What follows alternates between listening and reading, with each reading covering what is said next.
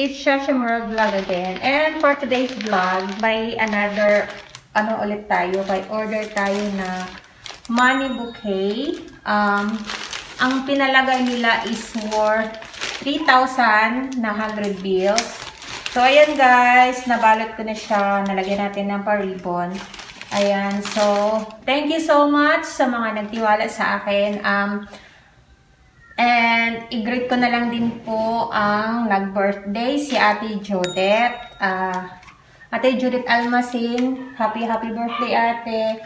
So ito yung pa-surprise ng anak mo sa'yo, si Lynn Rose Dackels.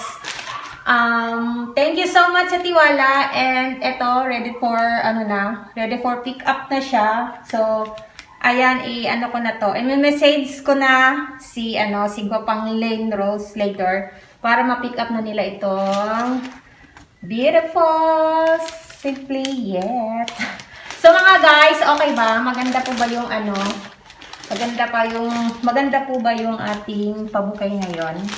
Please comment below pag nagustuhan nyo. And ayan.